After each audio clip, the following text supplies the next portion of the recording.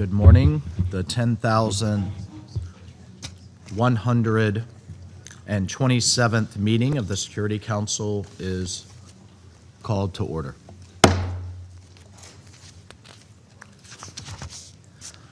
The provisional agenda for this meeting is the situation in the Middle East. The agenda is adopted.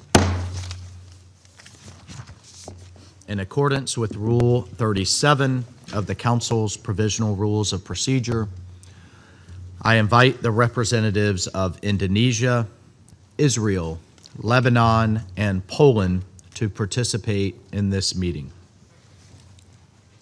It is so decided.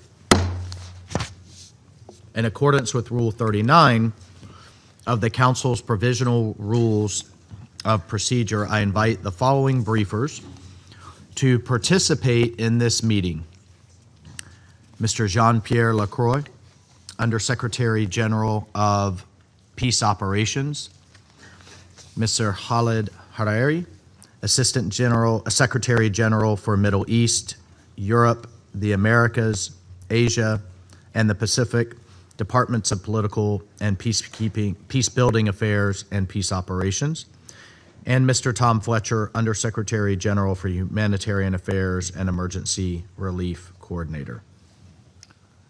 It is so decided.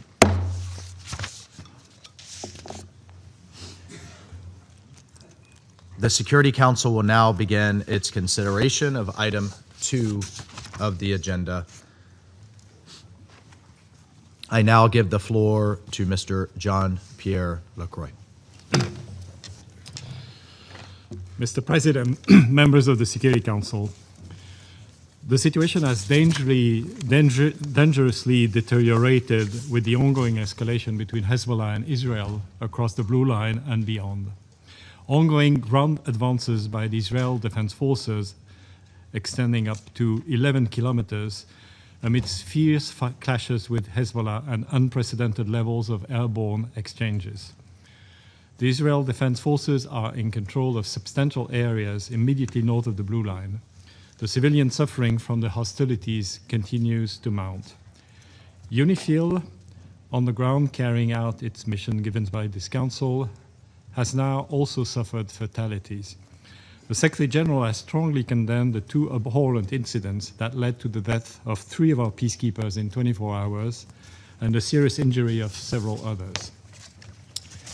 Yesterday morning, 2 Indonesian peacekeepers lost their lives in an explosion that destroyed their vehicles near Bani Hayan in Sector East. 2 more peacekeepers were injured, 1 seriously. Initial findings point to a roadside explosion striking the convoy. The day prior, that is the 29th of March, a peacekeeper also of the Indonesian contingent was killed in an explosion inside a UNIFIL base in Et Taibe in Sector East. Another peacekeeper was critically wounded and was evacuated to a hospital in Beirut. According to an initial assessment, the explosion was caused by a projectile that hit the base. These tragic developments should not have happened. I express my deepest condolences to the families of fallen peacekeepers and the government of Indonesia. I also wish a full recovery to those injured. UNIFIL is conducting investigations to determine the circumstances of these reprehensible developments. Mr. President, these are sadly not the only dangerous incidents faced by UNIFIL's courageous peacekeepers. There has been a worrying increase in denials of freedom of movement and aggressive behavior. On the 20th of March, the Israel Defense Forces at a newly established checkpoint on a coastal road 4 kilometers north of UNIFIL Nakura headquarters fired warning shots at the UNIFIL patrol. The rear UNIFIL vehicle was impacted by 1 round. On the patrol's return, an Israel Defense Forces tank at the same checkpoint fired a main armament round which impacted 15 meters from the UNIFIL vehicle, causing a puncture.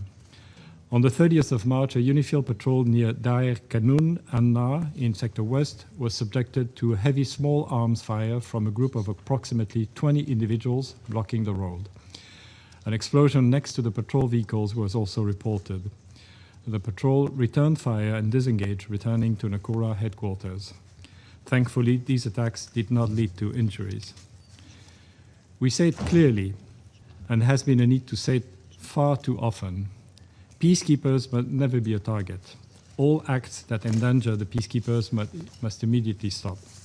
All actors must adhere to their obligations to ensure the safety and security of the peacekeepers at all times. The inviolability of the United Nations installations must be respected. I wish to acknowledge and applaud the extraordinary commitment and courage of the women and men of UNIFIL implementing Security Council mandate tasks in these extremely dangerous conditions as far as the security circumstances allow. And I express my deepest gratitude to them. Mr. President, since Hezbollah on the 2nd of March claimed an attack on Israel, the group has conducted daily strikes, including with rockets, missiles, and drones at targets in Israel and the occupied Syrian Golan. UNIFIL continues to report hundreds of launches from the mission's area of operations, which demonstrates the presence of unauthorized armed personnel, assets, and weapons south of the Litani River, in clear violation of Resolution 1701.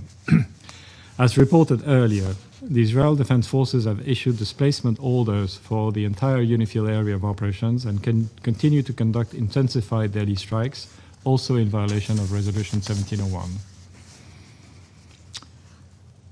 Politicians in Israel now openly speak of the intention of an extended so-called security or buffer zone with the destruction of villages along the Blue Line and several bridges across the Litani River.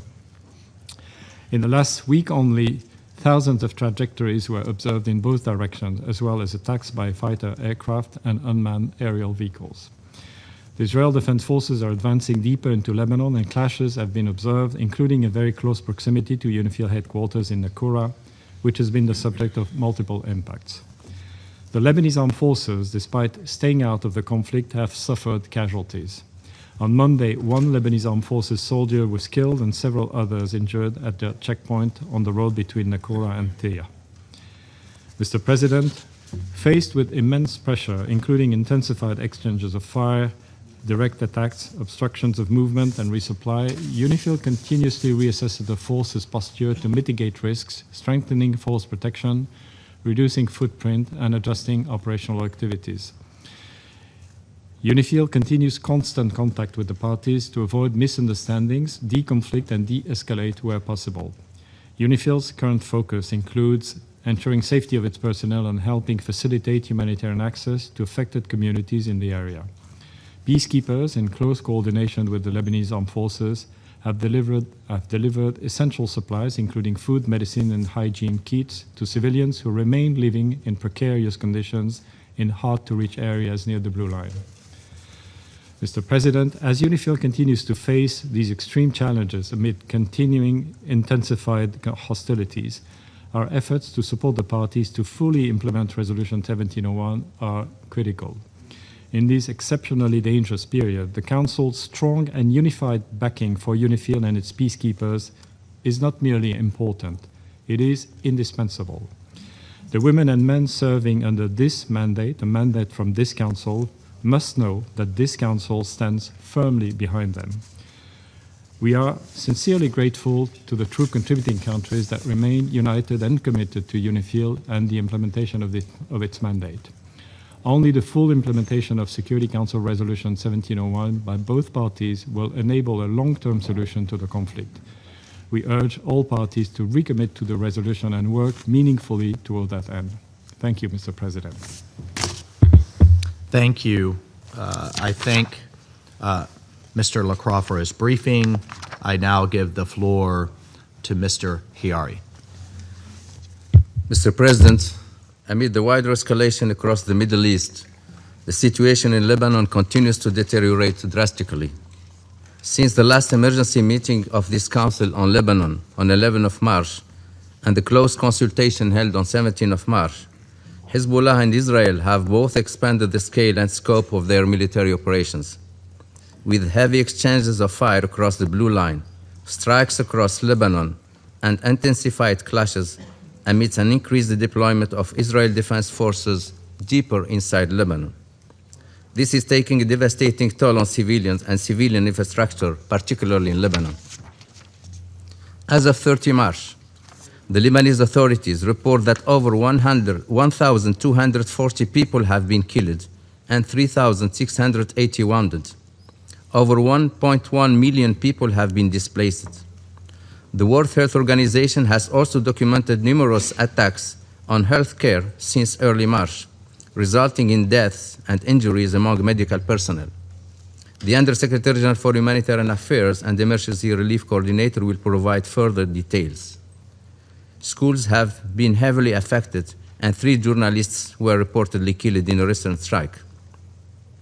Several bridges over the Litani River have been destroyed, which the IDF alleges were used by Hezbollah for transporting weapons and fighters.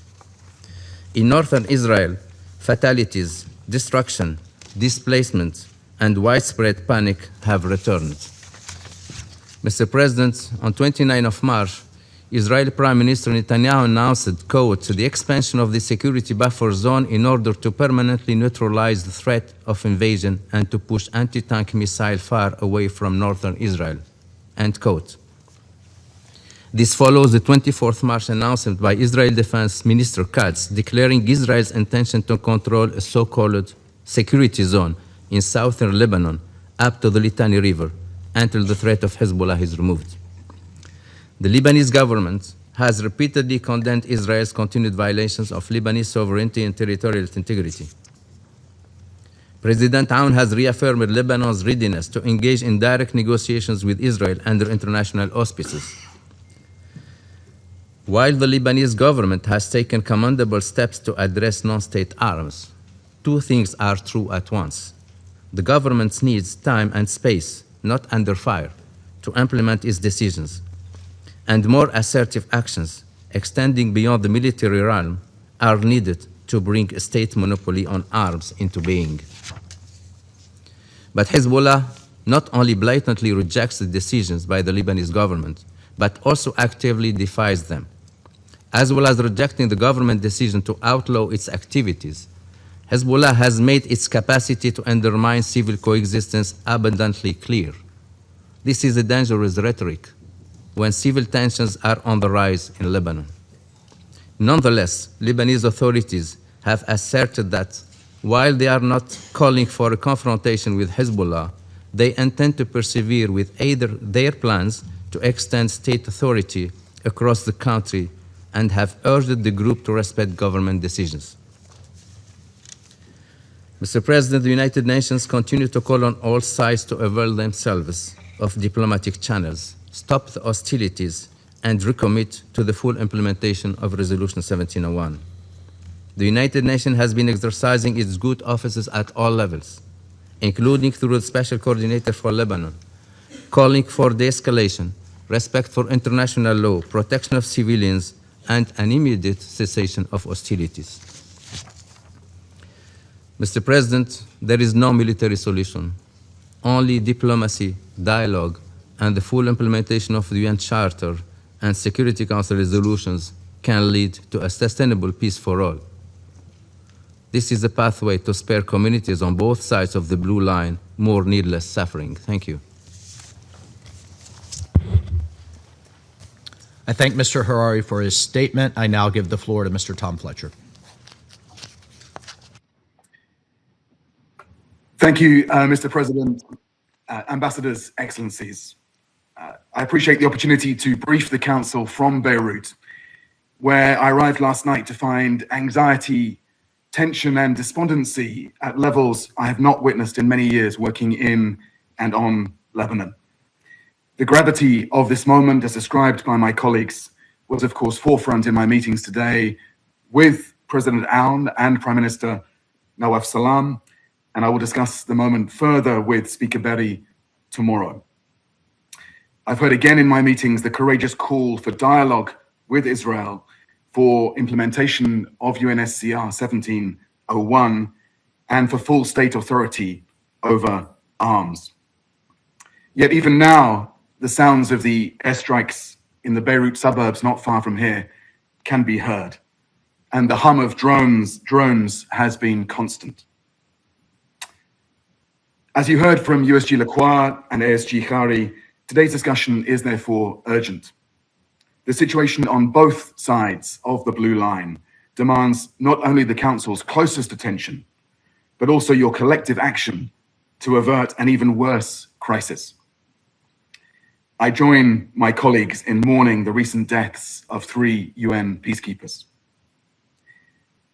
Since I last briefed you on the 11th of March, the humanitarian consequences of the latest regional escalation have grown even more acute across Lebanon.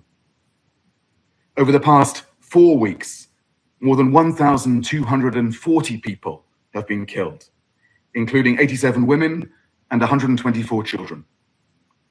Some 52 first responders are among those killed, and another 3,500 people have been injured. Hostilities continue across southern Lebanon, across Beirut's southern suburbs, the Dahieh, and parts of the Bekaa.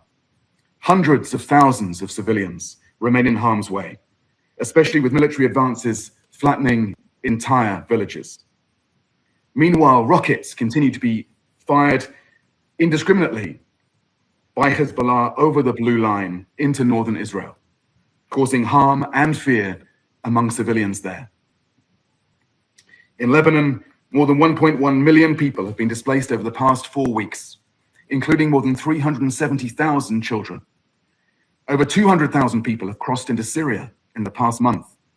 A cycle of coercive displacement is unfolding. Displacement on this scale, of course, heightens exposure to additional dangers, particularly for women and girls living in overcrowded and unfamiliar settings. I saw the impact of that myself this morning. Lebanese and Syrian families I spoke to talked of deep uncertainty, their resilience stretched thin, growing frustration at being unable to return home safely. Many Lebanese families described fleeing fighting in 2024, only to do so again in 2026. I met Syrians displaced many times since 2013, recounting their latest upheaval. People told me consistently that displacement is not a solution, but a painful last resort for them, a temporary way to preserve their dignity while they wait for conditions that allow them to go back to their villages and neighborhoods. Above all, they asked us not to reduce their suffering to numbers. They want their lives, their losses, and their hopes to be seen and to be heard. Mr. President, even before this latest violence, tens of thousands remain displaced, and entire communities were surviving with only partial access to healthcare, water, electricity, education. The current escalation is compounding a situation that is already critical. 51 primary healthcare centers and 4 hospitals are currently closed due to hostilities, with others damaged or operating at reduced capacity. Schools and public universities are being used as shelters, leaving thousands of children without access to learning. 6 of the 8 bridges south of the Litani River have now been destroyed, and more vital infrastructure is under attack. Essential access routes have been damaged. Growing constraints hinder civilians' ability to move to safety and humanitarian partners' ability to reach those most in need. Entire communities are becoming increasingly isolated. International humanitarian law is clear. Civilians, wherever they are, in Israel and in Lebanon, must be protected. This includes allowing them to move away from the dangers of hostilities to safer areas. Essential infrastructure and basic services, healthcare, water, electricity, on which civilians depend, must also and always be spared. This is what the fundamental principles of distinction, proportionality, and precaution demand of all parties. And of course, the work of medical personnel, first responders, and humanitarians must always be facilitated, not impeded. Mr. President, we're making a concerted attempt to meet this moment. On the 13th of March, together with the government of Lebanon, we launched a $308 million flash appeal to provide life-saving support to up to 1 million people over the next 3 months. Thanks to all the donors who have responded so far with support, especially in such a difficult moment for global funding. We've received $94 million so far, including a third of that from OCHA, and the appeal continues, rallying funds for life-saving support, even as so much more is still needed. In the last 4 weeks, we've scaled up our humanitarian operations, delivering 2.8 million hot and cold meals to help ensure adequate sustenance. I saw myself this morning 3,000 of those meals ready for distribution. Non-food support has also grown to keep pace with large populations on the move. More than 122,000 thermal blankets, 99,000 mattresses, nearly 50,000 sleeping mats have been provided. 58,000 hygiene kits, 26,000 menstrual hygiene kits have also been distributed. Humanitarian partners have delivered more than 875,000 litres of bottled drinking water, 15,000 cubic metres of trucked water. Fuel has been supplied to sustain water services for 412,000 people. Mr. President, in my short time back in Lebanon, the message from communities here is painfully clear. They want safety, they want dignity, they want this to stop. They want to escape this cycle of crises. And they look to members of this council to heed these calls. We have often said that we cannot let Lebanon fail. Now is a real test of that promise. Lebanon is often said to be at breaking point, yet so often finds the resilience somehow to pull through. Now it is once again at breaking point. So I have three messages for the Lebanese people. First, continue to respond with generosity to your fellow Lebanese. You are the humanitarian front lines right now. I know that you will meet this moment. Second, retain a commitment to national identity. You must rise above the forces that seek to divide you. And third, don't give up on the idea of Lebanon. If coexistence fails here, it stands to fail everywhere. And finally, Mr. President, my three asks for this council. First, given the trajectory that some Israeli ministers have described, and given what we have seen in plain sight in Gaza, how will you protect civilians? Secondly, given the intensity of the coercive displacement that we are seeing, how should we prepare collectively as the international community for a new addition to the list of occupied territories?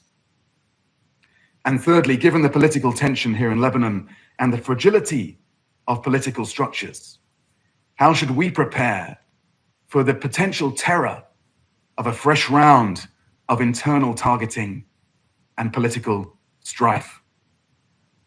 These questions are daunting. They are not easy. They are challenging, but they are precisely the kind of questions that the Security Council and the United Nations must confront if we too are to meet this moment. Thank you, Mr. President. I thank Mr. Fletcher for his statement. I now give the floor to those council members who wish to make statements. I give the floor to the representative of France. Merci. Thank you, President. President, with Indonesia, France called for the holding of this emergency meeting following the heinous, unacceptable and unjustifiable attacks that the UNIFIL Blue Helmets have suffered in recent days. These attacks are the latest in a series of attacks and similar incidents observed in recent months that France strongly condemned on many occasions. This situation cannot go on. Also, President, I would like to thank you for organising this meeting this morning. I'd like to thank the briefers too, USG Jean-Pierre Lacroy, and the Secretary General of Humanitarian Affairs Tom Fletcher, and ASG for Political Affairs Khalid Chiari. I thank them for their briefings, comments and observations and their request to the Council. 3 Indonesian Blue Helmets have died in the last 48 hours. 3 peacekeepers working for the benefit of the international community killed in the exercise of their mission in Lebanon. France would like to pay tribute to them and express to the families of the victims, to Indonesia as well, its deepest solidarity and its most sincere condolences. We would like to express also our gratitude to the UN and to the peacekeeping soldiers working alongside them. We wish a swift recovery to injured personnel, and we commend the courage, professionalism and commitment of all UN personnel in South Lebanon and around the world. France reaffirms its support for the UNIFIL mandate, which it must be allowed to carry out in full, without hindrance, until the end that is set forth in Resolution 2790. Grave incidents have also been committed by Israel against the French contingent in Nakura, and particularly against the head of the military of the force. Israeli soldiers have shown an aggressive attitude, carried out intimidation, and attacked the security of personnel of the French contingent at a time when deconfliction procedures had been duly respected. France condemns in strongest terms these direct threats to personnel working with within UNIFIL. We share this information with the Israeli authorities, and light should be shed on what happened without delay. This council cannot settle for condemning, it must act so that these kind of acts do not happen again. The protection of blue helmets is an obligation under international law incumbent on all, and this was reminded to us by our briefers, and we expect that Israel provide concrete and immediate guarantees. Deconflicting procedures exist and must be respected by all parties without exception. Every day, UNIFIL blue helmets face risks of shooting, mines, IEDs, while they are working to implement the mandate bestowed upon them. These acts are unacceptable and unjustifiable. France appeals once again to Israel and Hezbollah to respect the safety of blue helmets. Anyone who puts UN staff at risk should be accountable before this council and the entire international community. President, these deaths cannot be looked at separately from the intensification of the war in Lebanon. Civilians are paying an unbearable price. In Lebanon, more than 1,200 people have been killed and 3,500 injured in less than a month, including children, healthcare workers and journalists. A quarter of Lebanese people are displaced in very difficult conditions despite the goodwill and the proactive nature of the Lebanese authorities with the resolute support of the international community, including France. In Israel, their population are forced to seek refuge several times a day in shelters, sometimes in less than 15 seconds. The path out of war is a well-known one. It's the full implementation of Resolution 1701 and the return to the ceasefire from November 2024 with the support of the US-French surveillance mechanism stemming from it. This, on the one hand, requires that Israel renounce any large-scale land intervention and also all occupation of Lebanese territory, which would only put the prospect of lasting peace further away. This requires, on the other side, that Hezbollah puts an end to these attacks and hands over its weapons to the Lebanese state in line with the decision bravely taken by the Lebanese government on the 2nd of March. Hezbollah must stop taking the Lebanese people hostage to benefit a war waged by Iran against Israel, a war that we condemn in absolute terms. Iran must also follow the decisions sovereignly taken by the Lebanese authorities, including that to demand the departure of the Iranian ambassador to Lebanon from the 29th of March. A diplomatic solution is possible to move towards peace. France is working on it, and we will continue our discussions with the Lebanese authorities and Israeli authorities to achieve a de-escalation that could open the way for direct negotiations. In this context, we welcome and support the brave decisions taken by the Lebanese executive to strengthen the sovereignty of Lebanon and its openness to engage in direct discussions with Israel. This is a historic opportunity that France would invite them to take without delay to achieve a lasting solution to this conflict in the interest of all parties. France is ready to facilitate these discussions in close collaboration with its partners. It's with this in mind that the French Minister of Foreign Affairs a few days ago went to Beirut and Jerusalem. But to achieve this solution, there are several conditions: the respect for the UN, the respect for UNIFIL staff and personnel, the respect for international law, including international humanitarian law and civilian people, and also the cessation of hostilities as soon as possible. Thank you very much.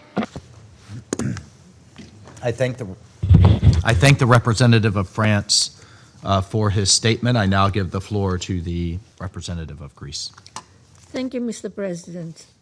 I also wish to thank USG Lacroy, USG Fletcher, and ASG Hareri for the briefings. Colleagues, we gather today at a moment of profound sorrow and grave concern as the ongoing conflagration in Lebanon has not spared UNIFIL's blue helmets. Fully echoing the Secretary General's latest statement, Greece strongly condemns the recent killing of 3 Indonesian UNIFIL peacekeepers amidst heavy firing. We express our condolences to the families of the fallen peacekeepers and to our Indonesian colleagues.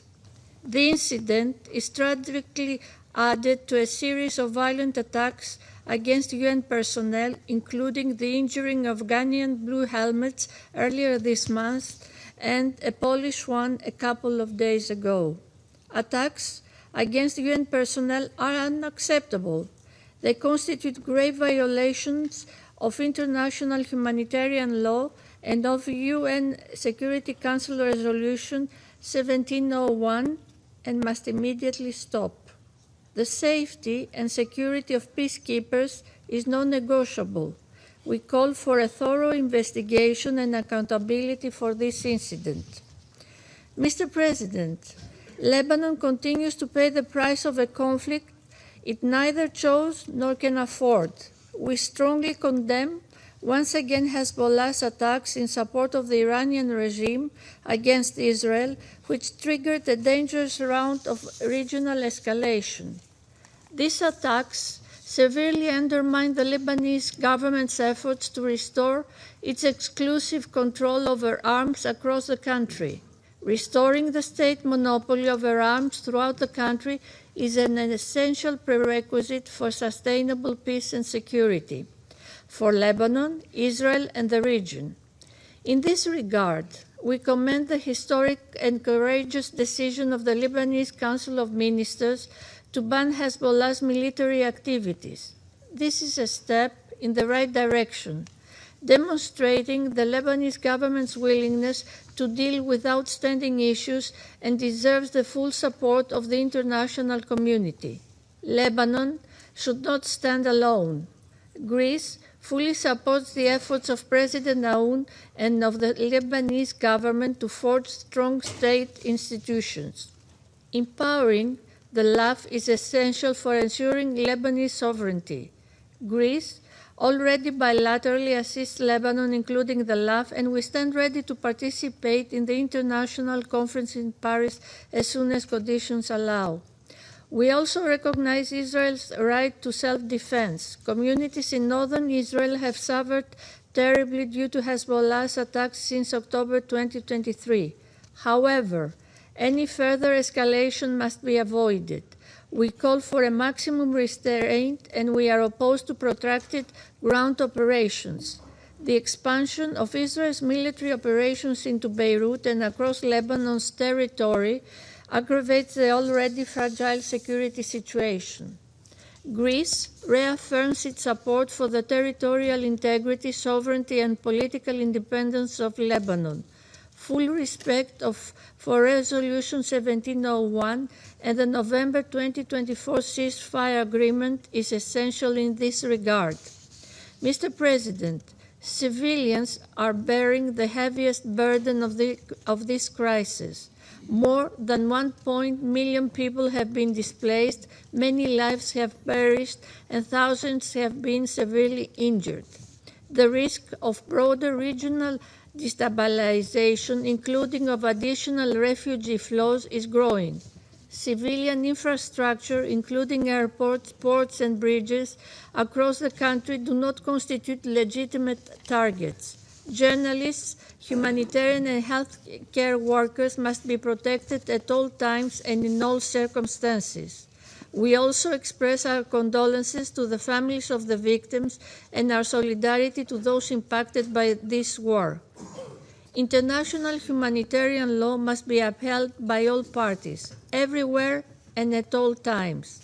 Standing in full solidarity with the Lebanese people, Greece immediately responded to OCHA's flash appeal, allocating a substantial financial contribution. We are also finalizing our contribution to strengthening Lebanon's health sector. At the same time, the tireless efforts of humanitarian actors on the ground, including UN agencies in UNRWA, cannot be overlooked. Their work under extremely difficult and dangerous conditions is indispensable as it is commendable. Mr. President, any further escalation risks the lives of civilians who have not opted for this conflict. It endangers UN personnel who are striving to uphold peace and at the risk of their own safety. And it severely undermines Lebanon's sovereignty, territorial integrity, and political independence, which we strive to preserve. We commend the willingness of the Lebanese leadership to pursue direct political negotiations with Israel. This is a moment for responsibility and de-escalation. Lebanon deserves a future of peace, security, and dignity, free from external interference and internal division. Greece will stand by its side in that effort. I thank you. I thank the representative of Greece for her statement. I give the floor to the representative of Latvia. Mr. President, allow me to begin by thanking you for convening this meeting on such a short notice, and I also thank France and Indonesia for requesting this meeting in light of UNIFIL casualties and the grave and escalatory situation in Lebanon. I thank USG Lacroy, USG Fletcher, and ASG Hareri for their briefings. Latvia strongly condemned the attacks on UNIFIL, resulting in the death of 3 Indonesian peacekeepers and injuries to several other peacekeepers. And we express our deepest condolences to the Republic of Indonesia. Our thoughts are with the injured and the loved ones of the deceased. We call for a robust and timely investigation to determine the perpetrators of the attacks. We call for the accountability of these blatant violations of international humanitarian law. The safety and security of UN personnel and property is not optional. It must be respected by all sides at all times. Deliberate attacks on peacekeepers are grave violations of international humanitarian law and may constitute war crimes. We call upon all members of this Council to continue stressing the crucial importance of upholding commitments agreed in Security Council Resolutions 2518 and 2730. We commend the exceptional service of UNIFIL as it continues to implement its mandate under Resolution 1701 and providing assistance to the local population even in the direst of circumstances. All essential personnel, including those from my own country, are still on duty in the midst of hostilities. The threats to safety and security of UNIFIL peacekeepers have clearly reached a threshold which demands further reflection by the UN and the mission's leadership on how to prevent further casualties while continuing to implement its mandate. The latest incidents demonstrate the current military escalation in Lebanon has serious consequences for all: the civilian populations, the humanitarian personnel, and for UN peacekeepers. Even clearly recognizable UN peacekeepers become targets when the principles of distinction, proportionality, and precaution are discarded. The ongoing conflict undermines the stability in the region and the global security. We express concern about the humanitarian crisis caused by mass displacement in Lebanon and inflow into Syria. Over 1 million people forcibly displaced, of which 370,000 are children. 3,700 injured, over 1,200 deaths. Hezbollah has dragged the people of Lebanon into a war they have no part in. Iran must stop enabling Hezbollah's military activities and armed hostilities. Hezbollah must immediately stop all aggressive actions against Israel and disarm. The Lebanese government has clearly taken a stand against the malign influence of Hezbollah and Iran in their country. We commend the Lebanese government's decision of 2nd of March to declare all Hezbollah military and security activities illegal in the whole territory of Lebanon. We also welcome the political commitment of the Lebanese government to extend its authority throughout the country and the implementation of the disarmament plan. Continued international support in these efforts remains essential. We call upon Israel to abstain from attacks against civilian infrastructure and heavily populated areas, and to respect the Lebanese sovereignty and territorial integrity. All parties must respect international law, including international humanitarian law, and ensure the protection of civilians and civilian infrastructure. Mr. President, the hostilities around the Blue Line continue to escalate, claiming the lives of civilians and UNIFIL peacekeepers with increasing frequency. International humanitarian law is being ignored. We call on all parties to the conflict to fully respect the Security Council Resolution 1701, de-escalate and work towards peace. For generations, the Lebanese people have suffered from armed conflict. Lebanon yet again finds itself on the brink. And we continue to stand by Lebanon and its people. I thank you. I thank the representative of Latvia for her statement. I give the floor to the representative of Pakistan. Thank you, Mr. President. I thank USG Lacroy, USG Fletcher, and ASG Khalid Kyari for the briefings that shed light on various dimensions of this situation. Pakistan condemns in the strongest possible terms the killing of 3 Indonesian peacekeepers serving under the United Nations interim force in Lebanon in separate attacks. This tragic and deeply disturbing incident strikes at the very heart of international law, UN peacekeeping, and the international community's collective commitment to the maintenance of international peace and security. But we know that these are not isolated incidents, but part of a disturbing pattern of attacks on UNIFIL. As USG Lacroix also noted, UNIFIL has been subjected to a persistent aggressive behavior and restrictions on freedom of oppression. The Council must not allow such violence against peacekeepers to become normalized. These missions are mandated by the Security Council, and their protection is the Council's foremost responsibility. As one of the largest troop contributing countries, Pakistan, having lost 182 peacekeepers in the line of duty, we share this profound sense of loss. We stand in full solidarity with the government and people of Indonesia, as well as with the families of the fallen peacekeepers, whose sacrifice reflects the immense risks undertaken in service of international peace and security. And we wish full and speedy recovery to the injured peacekeepers. President, attacks against peacekeepers are unacceptable and may constitute war crimes under international law. UN personnel are impartial agents of peace. Targeting them is a grave violation that undermines international humanitarian law.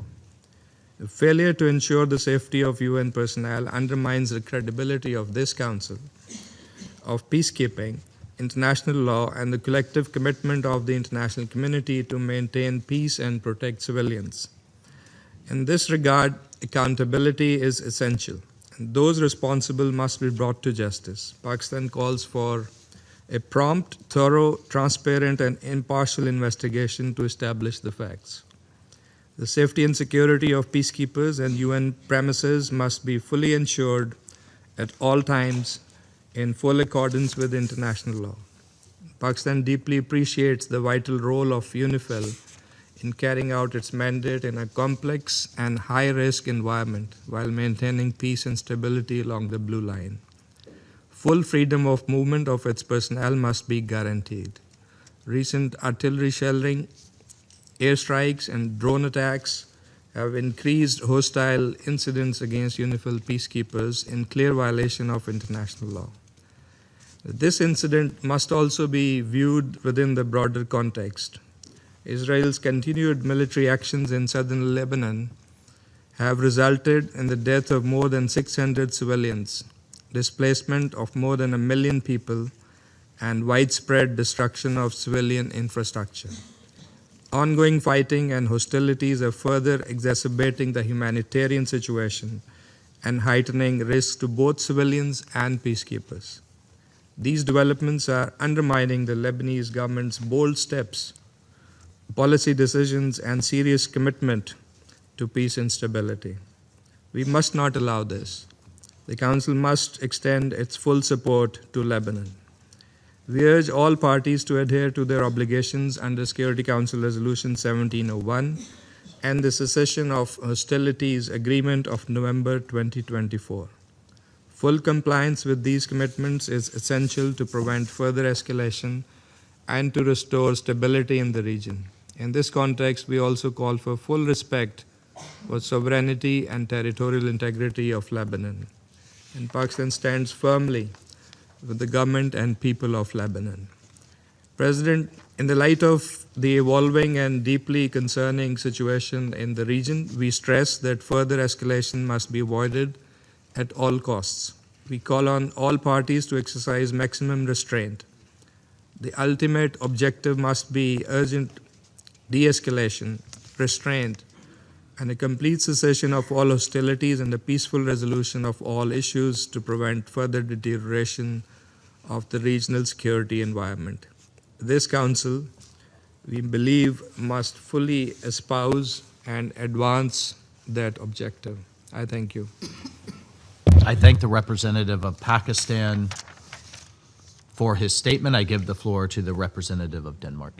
Thank you, Mr. President. And let me also thank Undersecretary Lacroy, Undersecretary Fletcher, and Assistant Secretary General Hareri for their informative and alarming briefings. We also thank France and Indonesia for calling this urgent meeting, which we agree is both necessary and timely. Recent days' events illustrate how fragile and dangerous the situation in Lebanon has become, and how crucial it is to prevent further escalation for the civilians of Lebanon and Israel alike. Mr. President, we condemn in the strongest possible terms the attacks on UNIFIL, which in the past 2 days have caused the deaths of 3 peacekeepers and the serious injuries of others. We look forward to the results of UNIFIL's full and thorough investigation into these incidents. Peacekeepers are clearly protected under international humanitarian law, and any deliberate targeting against peacekeepers is unacceptable. Denmark extends its deepest condolences to the families of those killed, as well as to the government and people of Indonesia. We wish a speedy recovery for those injured. The brave women and men of UNIFIL serve under the UN flag in the pursuit of peace. They are the embodiment of multilateral solidarity and cooperation in action, and these incidents represent a direct attack on these principles. We commend UNIFIL for its continuous work despite the extremely challenging circumstances and stress our unwavering support for the mission. Mr. President, as we've said before, we strongly condemn Hezbollah's continued attacks against Israel, which has dragged Lebanon into yet another unwanted war and must stop immediately.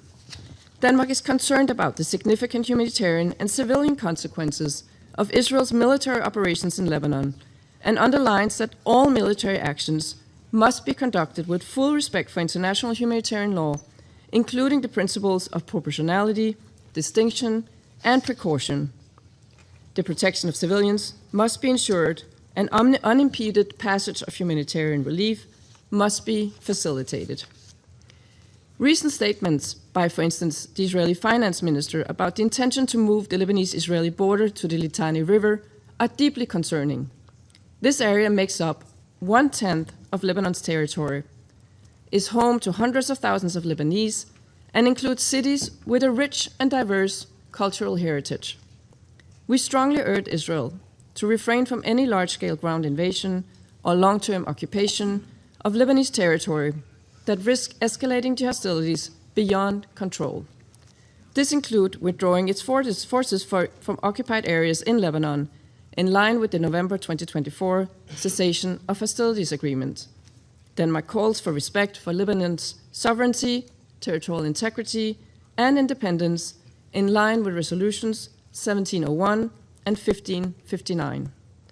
Hezbollah must cease all attacks on Israel and respects the Lebanese state's exclusive authority over all arms and military activity. The Lebanese government has taken unprecedented steps in its efforts to disarm Hezbollah. We fully support the government's efforts in this regard.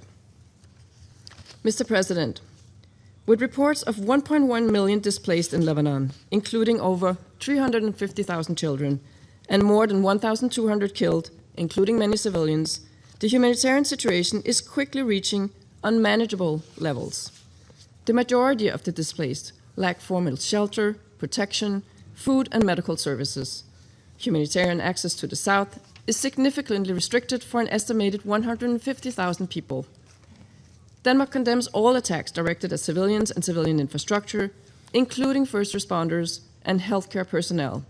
Since March 2nd, we've seen 87 attacks on healthcare in Lebanon, resulting in more than 50 deaths among healthcare personnel and many more wounded. This must stop. Denmark recalls resolutions 2286 and 2730 on the protection of medical staff and facilities and the protection of humanitarian workers. We urge all parties to fully respect their obligations under international humanitarian law, uphold these resolutions, and ensure that all civilians, including medical staff and humanitarian workers, are protected and do not become the targets of attacks. Denmark also expresses our deep concern over the reported attacks on journalists and recall that civilians must be protected under international humanitarian law. Mr. President, in closing, as the situation in the region continues to escalate and the path to stability cannot be selective but must be comprehensive, we must not allow developments in Lebanon to be overshadowed by other events. We must collectively and strongly insist on de-escalation. Around this table, we must do all within our power to this urgent end. I thank you. I thank the representative of Denmark for her statement. I give the floor to the representative of Somalia.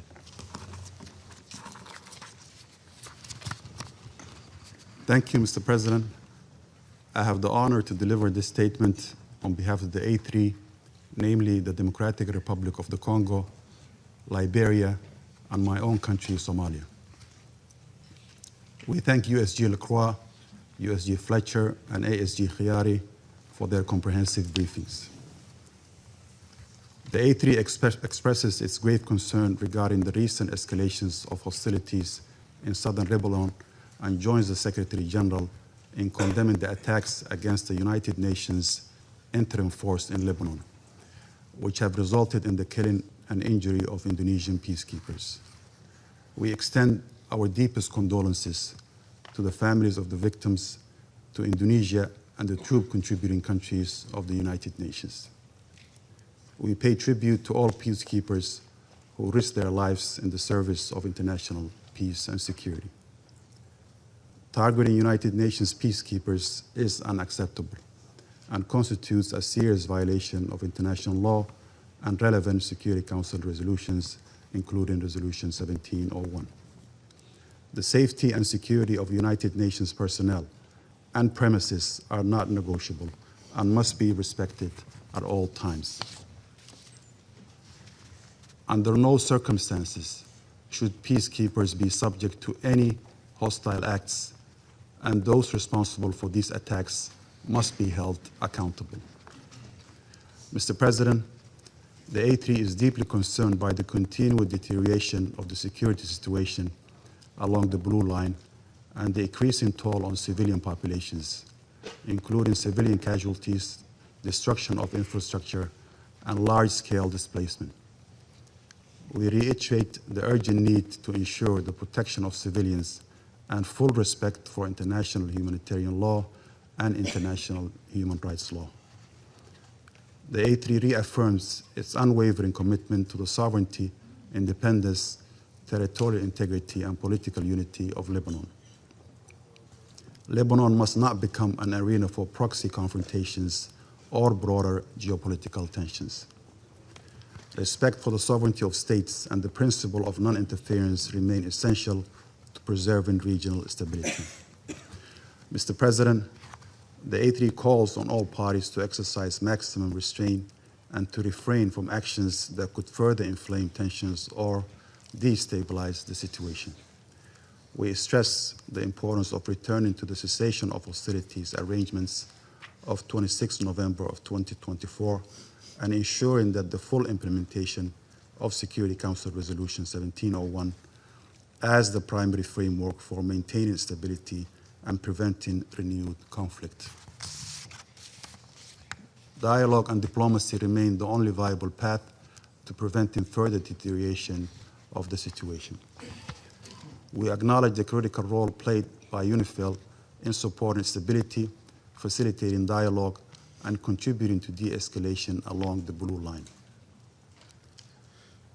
The mission remains an essential instrument for confidence building and conflict prevention. We reiterate our full support for UNIFIL and express appreciation to troop contributing countries for their continued commitment. We also emphasize the importance of continued support to the Lebanese state institutions, including the Lebanese armed forces, to enable them to effectively assume their responsibilities in maintaining security and stability throughout Lebanese territory. To conclude, Mr. President, the A3 stands in solidarity with the people of Lebanon and reiterates its support for all efforts aimed at preserving stability, preventing regional spillover, and achieving a comprehensive, just, and lasting peace in the Middle East in accordance with international law and the Charter of the United Nations. I thank you. I thank the representative of Somalia for his statement. I give the floor to the representative of Panama. Gracias, señor. Thank you, Mr. President. Panama thanks you for convening this informative meeting and also for the information shared by the briefers this morning. USG Jean-Pierre Lacroy, ASG Khaled Chiari, and USG Tom Fletcher in their informative briefings to the Council that show that the situation in Lebanon continues to deteriorate in an alarming manner. We recognise the presence of the representatives of Lebanon, Israel, Indonesia, and Poland, who grace us with their presence this morning. 20 days have gone by already since the last meeting of this Council, and far from seeing a de-escalation, the situation in Lebanese territory, including continuous bombings and fighting, has got significantly worse, with an increase in humanitarian consequences. Panama reiterates its condemnation of Hezbollah for the attacks and the irresponsible actions that have unleashed the current spiral of violence. In line with the most recent information from the Office for the Coordination of Humanitarian Affairs, OCHA, since March 2nd, we have seen more than 3,900 incidents of hostilities, with at least 1,100 people killed, including tens of women and children, and more than 3,200 injured. More than 1 million people have been displaced, of which more than 136,000 are currently in collective shelters, while more than 189,000 have crossed to Syria. This shows the regional dimension of this crisis. Panama categorically rejects the attacks against the civilian population, as well as against civilian infrastructure, including health centres and medical personnel, and these continue to claim lives and to aggravate the suffering of the population. Mr. President, Panama condemns in the strongest terms the deaths of blue helmets from the United Nations Interim Force in Lebanon, UNIFIL, following the attacks that occurred recently, including the explosion of a projectile on a UNIFIL position in the south of Lebanon, as well as the serious injuries suffered by members of the contingent that reflects the deterioration of the security conditions on the ground. Panama expresses its most sincere condolences to the families of the blue helmets who lost their lives, in particular to the Indonesia contingent, as well as to the state that they belong to, and we extend our full solidarity to UNIFIL personnel. This tragic incident is yet another on the list of recent incidents, including the one where 3 blue helmets from the Ghana contingent were injured. And this shows a concerning pattern of growing risks for peacekeeping personnel and constitute grave violations of international law, including international humanitarian law of Resolution 1701 as well as of the fundamental norms that protect United Nations personnel and their inviolable character. It's essential for these occurrences to be investigated and for there to be accountability so that impunity does not provide cover for actions like this one in the present and in the future. As UNIFIL itself has stated, nobody should lose their life serving the cause of peace. Panama reaffirms its full support to the work of UNIFIL, whose presence remains essential to reduce tensions, to support the deployment of the Lebanese army, and to preserve the stability across the blue line. Mr. President, Panama reiterates its firm support and its recognition of the sovereignty, territorial integrity, unity and political independence of the Lebanese state and of its government and institutions, in particular the Lebanese armed forces, to strengthen the authority of the state across the whole of its territory and to be able to advance towards the principle that the monopoly over the legitimate use of force and arms lies exclusively with the state, and this in line with Resolution 1701. We reiterate, in light of this grave situation, an appeal to all parties to return to the cessation of hostilities agreement of the 26th of November 2024 and to fully comply with their obligations under international law.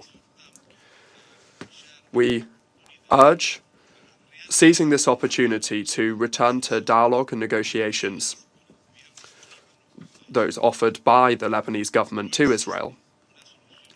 There is no military solution to this crisis. The full implementation of Resolution 1701 remains the fundamental framework that will guarantee stability across the blue line and allow us to move towards a lasting solution. Thank you very much.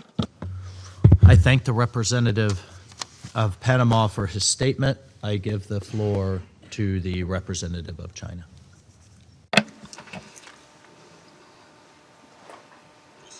President, I thank USG Lacroy, USG Fletcher, and ASD Hareri for their briefings. And thank you for convening this emergency meeting at the request of France and Indonesia. I welcome the representative of Lebanon at today's meeting. Tensions in the Middle East are escalating and the spillover effects continue to spread. The rise and runs of the conflict in the Middle East are crystal clear. The pressing priority is to actively promote talks for peace, seize the opportunity for peace, and bring the conflict to an end. Since the situation between Lebanon and Israel escalated, hostilities have continued to intensify, resulting in severe casualties and destruction of infrastructure. The international community must take urgent action to put the brakes on the conflict before it spirals further out of control and to restore peace and stability in the region at an early date. I wish to make 3 points. First, achieving a ceasefire and cessation of hostilities is the most pressing task. The ongoing exchanges of fire between Israel and Hezbollah have plunged the people of the region into the suffering wall. Israel's continuous escalation of military offensives has already killed over 1,200 people. The recent announcement by Israel to expand ground operations in Lebanon and extend the so-called buffer zone risks further prolonging and escalating the conflict, which is a cause for concern. Lebanon must not become another Gaza, and the international community must never allow the tragedy of Gaza to be repeated. China calls on the parties concerned to immediately cease hostilities and work to de-escalate the situation. Israel should immediately withdraw all its forces from Lebanon and respect Lebanon's sovereignty, security, and territorial integrity. Second, supporting Lebanon's domestic stability is of the utmost importance. The current situation has dealt a severe blow to the political, economic, and humanitarian situations in Lebanon. We welcome the efforts of the Lebanese government to strengthen governance over the country, and support parties in Lebanon in actively engaging in political dialogue to properly resolve differences. Under Israel's intense bombardment and large-scale forced evacuation orders, the humanitarian situation in Lebanon has rapidly deteriorated, with more than 1.2 million people forced to flee their homes and become displaced. The international community should step up emergency assistance to Lebanon and support the government in stabilizing domestic situation, ensuring basic livelihood, and alleviating humanitarian challenges. Third, the safety and security of UNIFIL is a bottom line that must not be challenged. Recently, UNIFIL's safety has been repeatedly affected by hostilities, including 2 deadly attacks that killed 3 peacekeepers and injuring many others. China strongly condemns the attacks against UNIFIL. We express deep condolences over the deaths of Indonesian peacekeepers who were killed in the attacks and heartfelt sympathies to the injured. Any deliberate attack on UN peacekeepers is a serious violation of international humanitarian law and Security Council Resolution 1701. Such attacks are absolutely unacceptable and must stop at once. We highly commend UNIFIL for remaining at their posts amid hostilities and urge the parties concerned to take concrete measures to ensure the safety and freedom of movement of UNIFIL, and to conduct serious investigations into and seek accountability for all attacks on peacekeepers.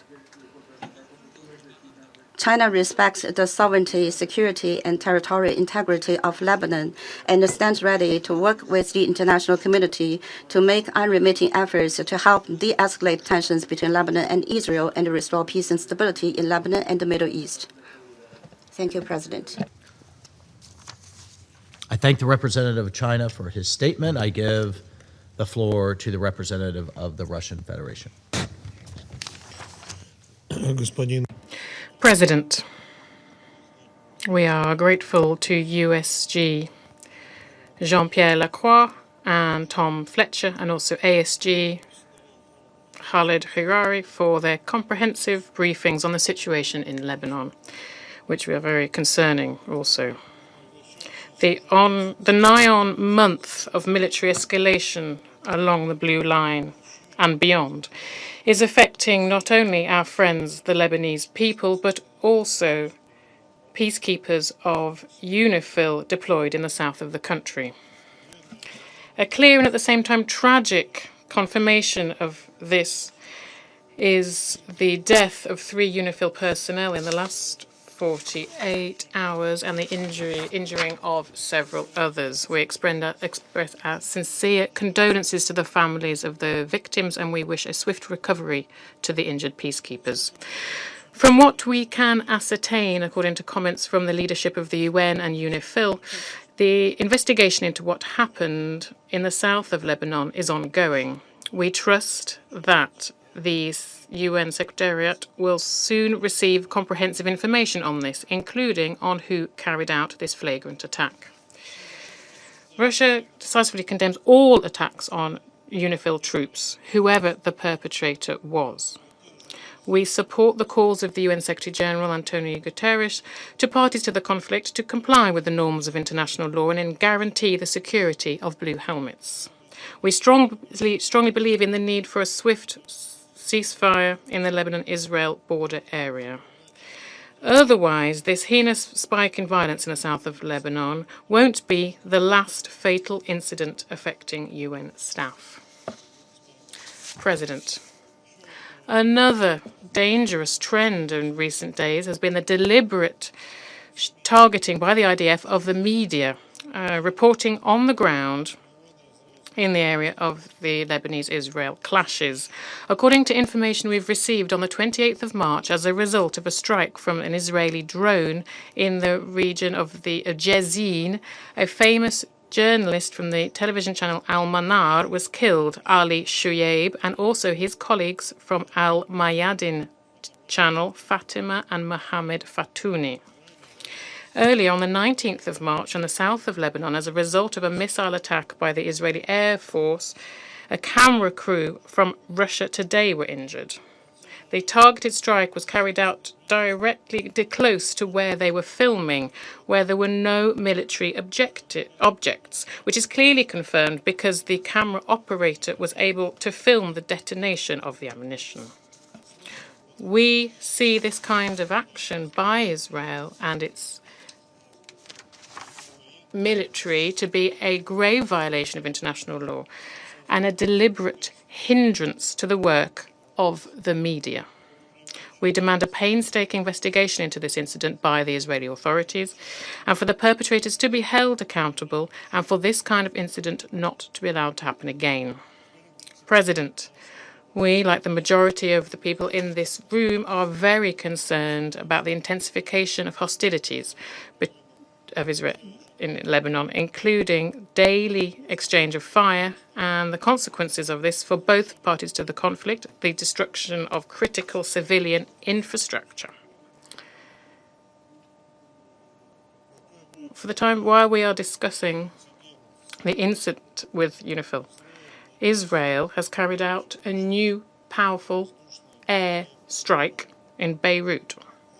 I'd like to recall once again that the root cause of this escalation in the Lebanese-Israel confrontation is the aggression of Washington and West Jerusalem against Iran, which was the tripwire for a broader destruction of the fragile stability in the Middle East. Unfortunately, many members of the Security Council are stubbornly silent about this and continue to try to place all responsibility exclusively on the Lebanese pushback, presenting it as the main culprit for the spike of violence along the Blue Line. At the same time, they stay quiet about the many violations of Israel's regime of the ceasefire over the last year and a half. This one-sided approach by a host of states, including those directly involved in the current vast regional war, clearly is not helping normalize the situation in the region. On the contrary, it is spurring on warring parties to escalate the conflict. As a result, we are seeing a rising civilian death toll and large-scale destruction of civilian infrastructure. In Lebanon alone, since the 2nd of March, as a result of IDF action, almost 1,500 people have died. The number of injured people is nearing 4,000, and more than 1 million Lebanese people have become IDPs. Israel's strikes on medicine facilities in Arab republics has become an everyday occurrence. Against this backdrop, we are hearing louder and louder militaristic rhetoric from Western Jerusalem, including orders from the Prime Minister Benjamin Netanyahu to expand the so-called buffer zone in south of Lebanon, illegally under control of the IDF. President, we reaffirm our commitment of our country to the sovereignty and territorial integrity of Lebanon. We call on the leadership of Israel to refrain from using purely military means to address their legitimate security concerns, to withdraw their army units from occupied territories, and to return to the path of diplomacy. A key benchmark for parties should remain to ensure that to fully honour their obligations under Security Council Resolution 1701 and other decisions of the Council, including those that provide the parameter for the activities of UNIFIL, which continue, despite threats to their security, they are remaining in their positions and paying with their lives to implement the UN mandate bestowed upon them to stabilize the region. Thank you. I thank the representative of the Russian Federation for his statement. I give the floor to the representative of Colombia. Señor Presidente. Mr. President, I thank the Presidency for organising this meeting and Mr. Jean-Pierre Lacroy, Under-Secretary General for Peace Operations, Mr. Khalid Hareri, Assistant Secretary General for Middle East, and Mr. Tom Fletcher, Under-Secretary General for Humanitarian Affairs and Emergency Relief Coordinator. Thank you all for your briefings. President, the official reports and recent information confirm an alarming deterioration of the security and humanitarian situation in Lebanon. In our last statement, my delegation warned that the situation required an urgent international response in order to avoid precisely the situation that we're facing today. Against this backdrop, Colombia reiterates its appeal to all parties to fully respect international law, including the provisions of the United Nations Charter, international humanitarian law, and relevant resolutions of the Security Council, in particular Resolution 1701. There can be no sustainable solution without respecting these frameworks. This is why it's essential to return to the peaceful means of settling disputes and putting an end to the use of force, including the illegal occupation of Lebanese territory by Israel. The humanitarian crisis that Lebanon is experiencing today is not unrelated to the omission and the systemic violation of these principles. My delegation therefore condemns the repeated attacks against civilian infrastructure, health facilities, and the forced displacement resulting from Israeli armed actions, and the land incursions that are contrary to the provisions of Resolution 1701. Colombia launches an appeal to put a halt to all actions that are incompatible with the obligation to protect civilians and to guarantee the required international support, including sufficient and sustainable financing to provide assistance on the ground and to mitigate the impact of the hostilities on the civilian population. My delegation also underscores that accountability must be guaranteed for those responsible, because it is only with justice that we can avoid a fresh outbreak of violence. At the same time, the security of the organization's personnel and the inviolability of its facilities must be guaranteed at all times by all parties. Colombia expresses its condolences to the victims and their families, as well as to the government of Indonesia. To them, to their families, and to all members of the organization, in particular staff serving on the ground, we thank all of them for their service to the cause of peace. Mr. President, Colombia reiterates its solidarity with the Lebanese people. Similarly, we underscore that the respect for sovereignty, political independence, and the territorial integrity of Lebanon are not negotiable. In this context, my delegation welcomes the decisions adopted by the Lebanese government over recent weeks with a view to containing the effects of the escalation of hostilities and to move to recover the legitimate monopoly over arms. At the same time, we launch an appeal to all parties to halt all actions that may block these efforts. Mr. President, the current situation in Lebanon is not happening in a vacuum. Addressing the humanitarian crisis without clarity over the causes that fuel it, or seeking an end to confrontations without taking into account the broader regional dynamics, is not only an incomplete approach, but is also an insufficient response given the grave time we are currently in. Colombia considers that the Council will hardly be able to fully carry out its responsibilities as long as it continues relying on partial and selective approaches to address a crisis of this magnitude. Thank you very much. I thank the representative of Colombia for her statement. I give the floor to the representative of Bahrain. السيد الرئيس.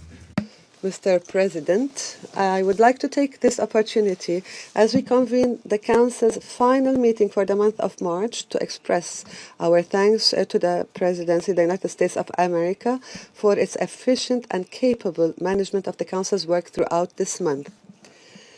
We also thank France for its swift response to the dangerous escalations in southern Lebanon and for requesting the convening of this meeting.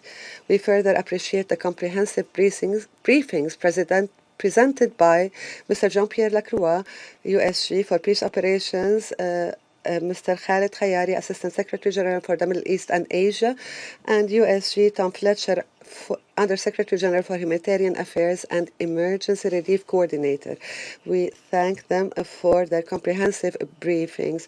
We also welcome the participation of all permanent representatives in today's session.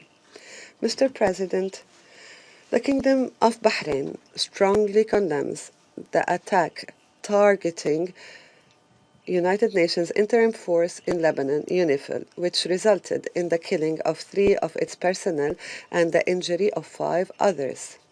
Bahrain affirms that targeting peacekeepers constitutes a blatant violation of international law and of Security Council's resolutions. The Kingdom extends its sincere condolences and sympathy to the families of the victims, to the government of Indonesia, and to the United Nations, and wishes the injured speedy recovery. The Kingdom also stresses that ensuring the safety and security of peacekeepers is a responsibility shared by all parties and underscores the necessity of respecting UNIFIL's mandate and enabling the mission to carry out its duties without hindrance. We emphasize the importance of keeping Lebanon away and neutral from regional conflicts and reject any attempts to drag Lebanon into such confrontations. The Kingdom reaffirms its steadfast position in support of the sovereignty, unity, and territorial integrity of Lebanon and highlights the need to empower the Lebanese state institutions to exercise full authority over all its territory in a manner that safeguards national security and stability and fulfills the aspirations of the Lebanese people. In this context, we value the steps recently taken by the Lebanese government, which demonstrate a clear seriousness in working to ensure state monopoly of weapons and to ensure weapons stay in the hands of the legitimate institutions, including measures related to disarming the so-called Hezbollah. The Kingdom also expresses its appreciation for the Lebanese government's explicit stance in rejecting and condemning the attacks carried by Hezbollah, which threaten Lebanon's stability and represent a dangerous escalation in the region, as well as for the Lebanese government efforts to impose an immediate ban on all security and military activities associated with the group. We also welcome the announcement by the Lebanese leadership of its intention to engage in internationally mediated negotiations with Israel to reach an immediate ceasefire. This reflects a sense of national responsibility and a desire to spare Lebanon further escalation. Mr. President, in this context, the Kingdom of Bahrain condemns any escalation that could widen the scope of confrontations and turn them into a full-scale regional conflict. We also condemn any violations of the ceasefire agreement.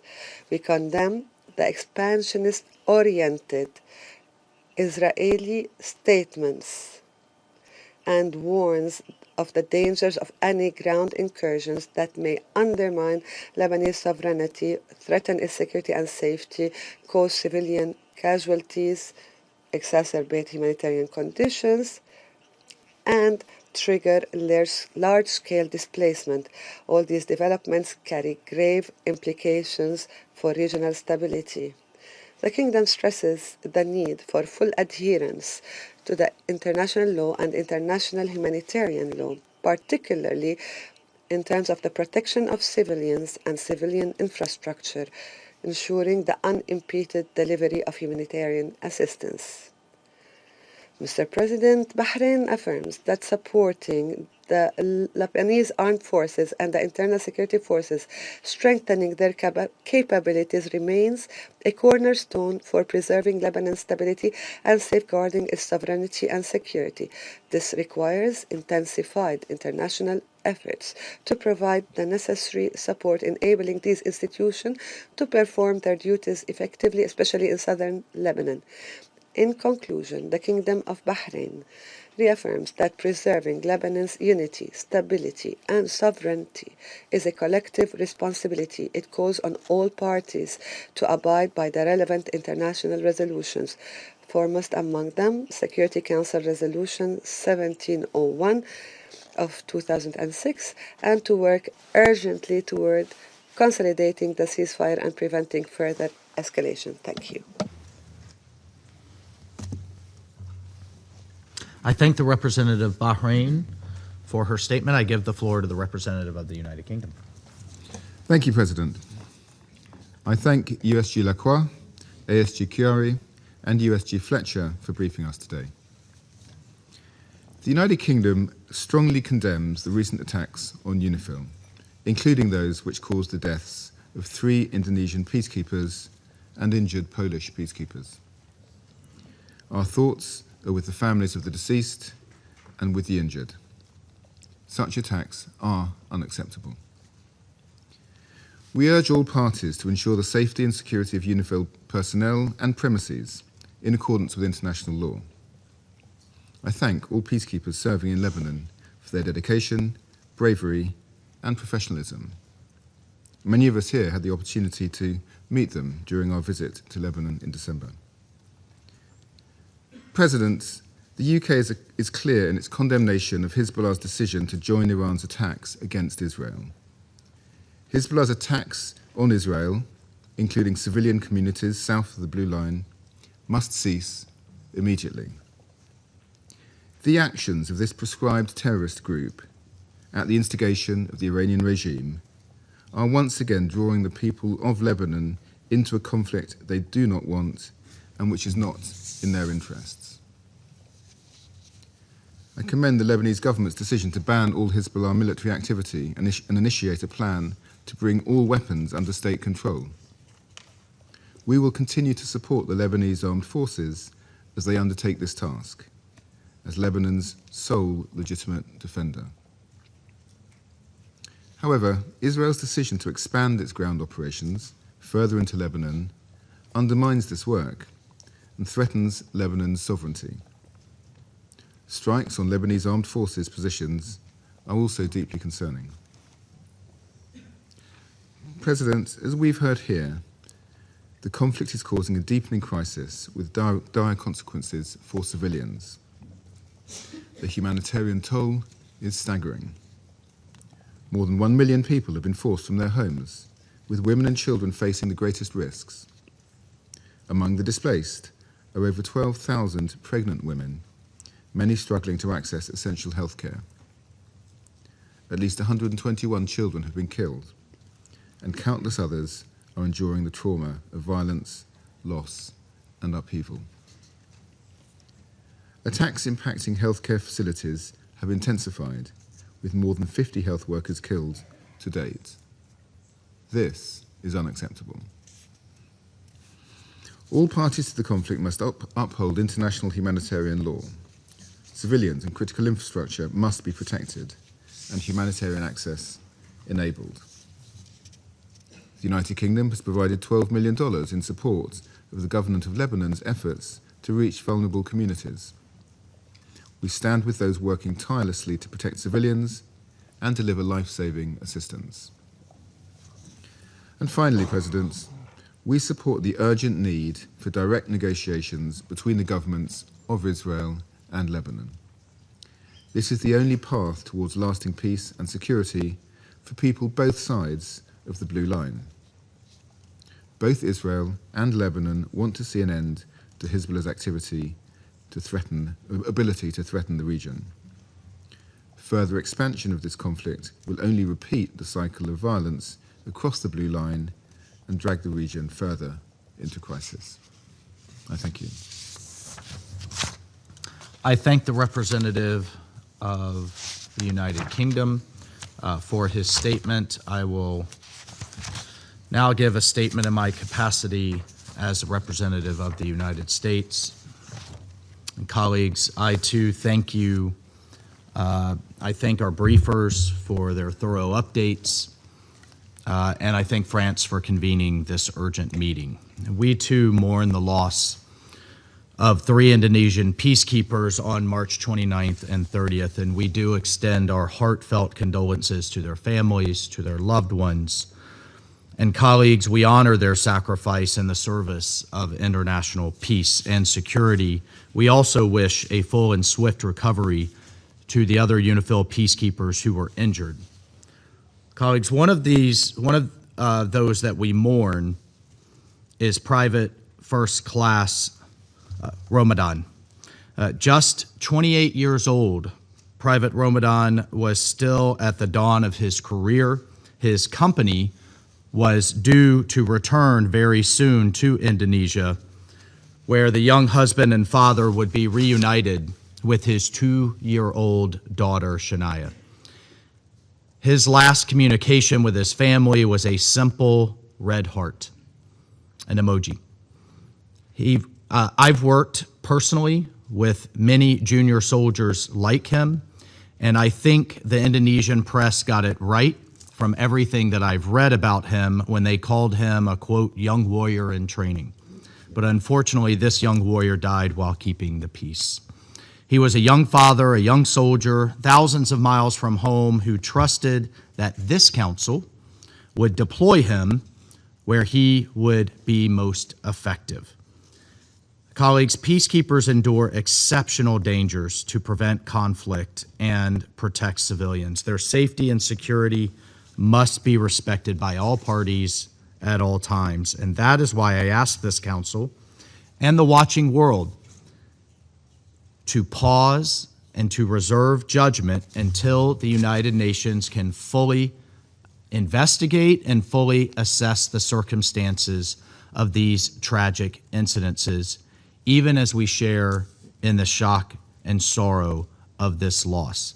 I say again, the media, the world watching, and this council should pause and allow the United Nations to fully investigate and assess the circumstances of these incidences. Again, on a personal note, as a soldier, now turned diplomat, that has commanded coalition troops, we all know the dangers that exist when we accept these missions. But in contrast here, the peacekeepers that this body sends to conflict zones are often surprised by the very real perils that they face. Countries like Indonesia send their sons and daughters to support the UN mission of peace. They're not sending them to fight a war. This council owes them condolences, but we also owe them a wise approach to peacekeeping that recognizes that terrorists have no respect for this council. Terrorists have no respect for the norms of international law. Colleagues, we all recognize that the suffering in this region is immense and has gone on for far too long. Parents, children, and grandparents, whether Israeli or Lebanese, whether civilians or UN peacekeepers, they should not face the daily dangers caused by Iranian-backed terrorists who have long afflicted both Israel and Lebanon. The people in this region deserve a different future, one defined by security and economic opportunity and normal life, not by rockets, tunnels, and the constant threat of escalation and retaliation. We must support the government of Lebanon and the Lebanese armed forces as they exercise sovereignty, and we've heard a lot of talk about sovereignty today, but as they exercise sovereignty, the duly elected government of Lebanon, over all of Lebanon's territory and beat back Hezbollah, a group that hides behind civilians while threatening their neighbors, a terrorist group that has a long history of hiding weapons, fighters, and caches of rockets in schools and hospitals and civilian homes. Hezbollah also has a long history of attacking peacekeepers and of firing on Israeli civilians from proximity of UNIFIL and peacekeeping positions, inviting retaliation for their own propaganda aims. Colleagues, since 1978, over 300 UNIFIL peacekeepers have been killed in this mission, and this is why this council must think very carefully about the effectiveness of this effort. We can help refocus international efforts on supporting Lebanese state institutions, reducing risk to peacekeepers, and pressing Hezbollah and Iran to cease their destabilizing activities. We, the United States, will continue to work with council members, regional partners, troop contributing countries, and the parties on the ground to reduce tensions, support Lebanon's sovereignty, and make a better future for the Lebanese people. I thank you. I will resume my duties as President of the Council, and under Rule 37, I invite the representative of Lebanon. I give the floor to the representative of Lebanon. Mr. President, Lebanon firmly and unequivocally condemns the attacks targeting UNIFIL, which threaten the security and safety of its mission and personnel. Lebanon stresses the need for full respect of UNIFIL's mandate by all parties and for ensuring its security and safety, the inviolability of its premises, the freedom of movement, and all measures that facilitate the performance of its duties in accordance with international law and relevant Security Council resolutions. The attacks on peacekeepers are attacks on this Council itself. They undermine its reputation and credibility before the peoples of the world. These barbaric and irresponsible acts must stop, regardless of who is responsible. It is the legal and moral responsibility of this Council to identify and hold accountable those responsible.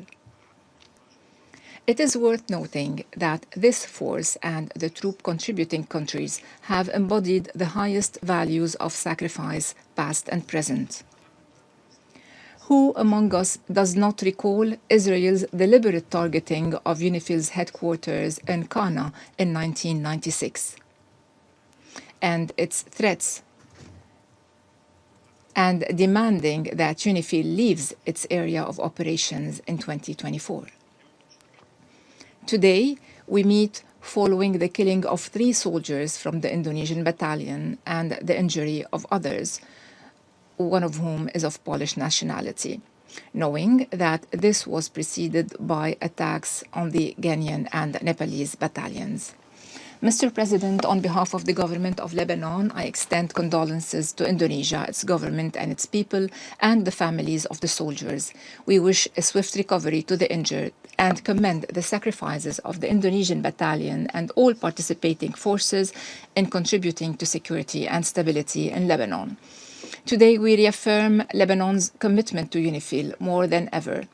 We emphasize the importance of preserving the unity of the contributing forces and ensuring their continued participation.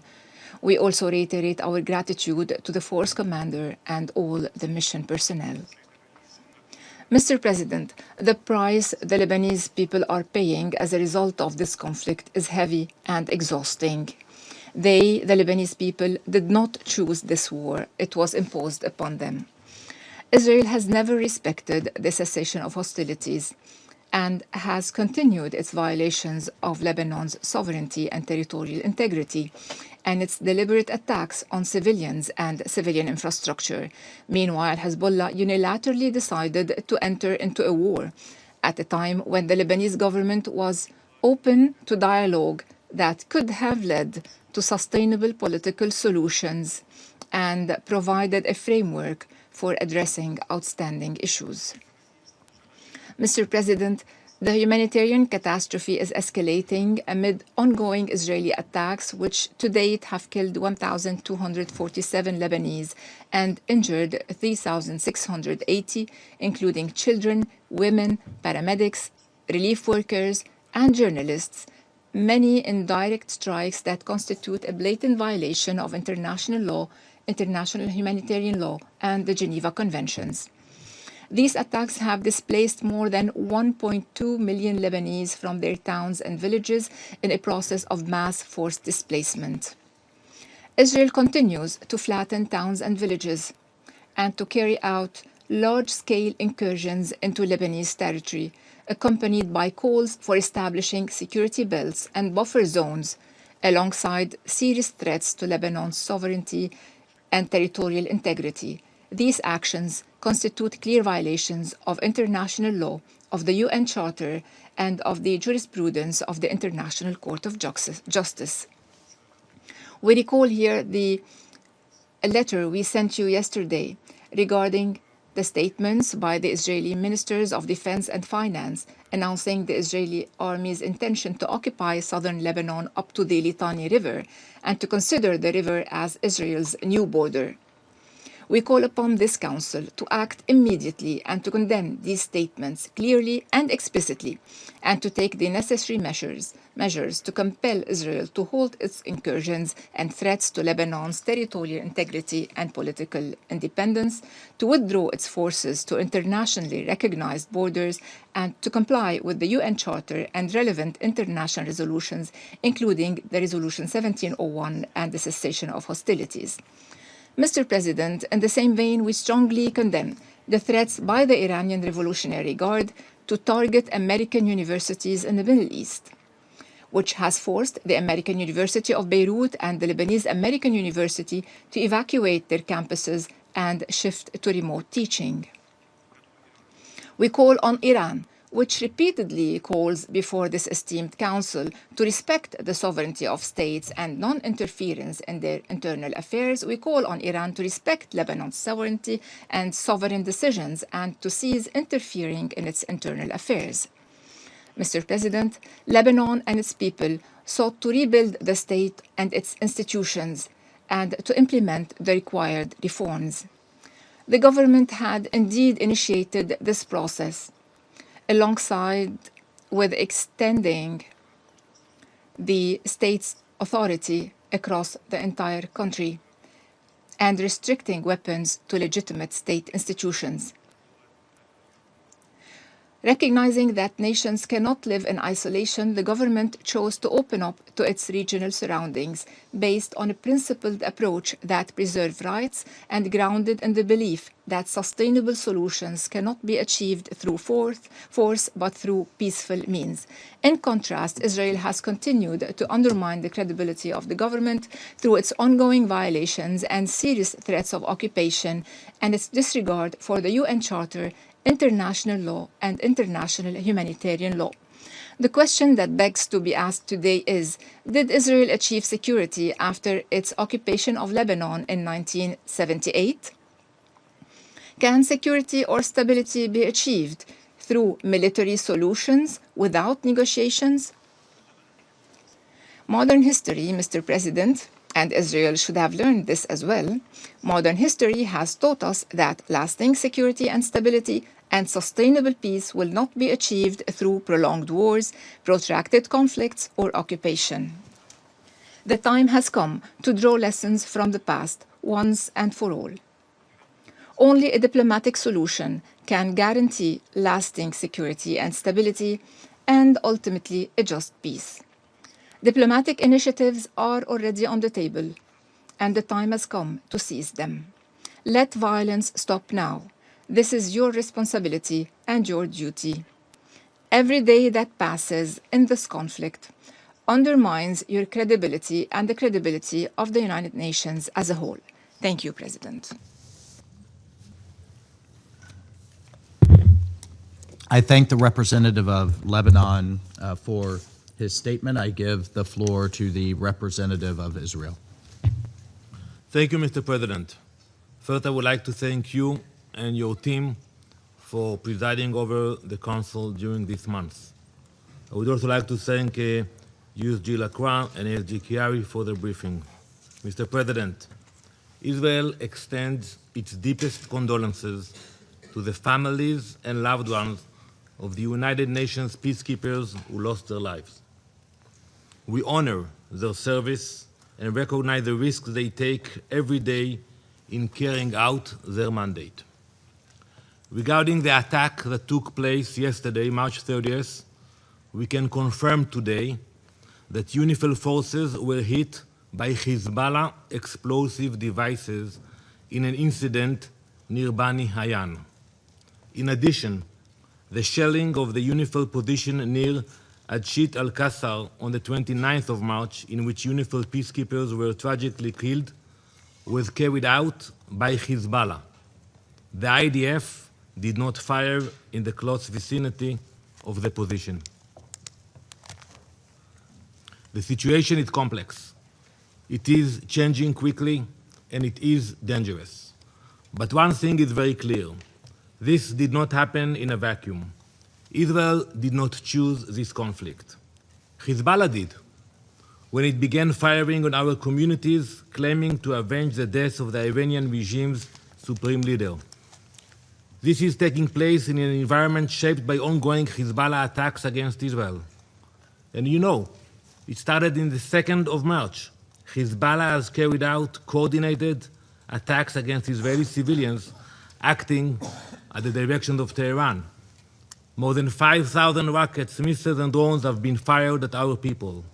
Many of these attacks have been launched from areas south of the Litani River. You know the consequences. People have to hide, go to shelters. Same communities that had to displace over 18 months are doing it again.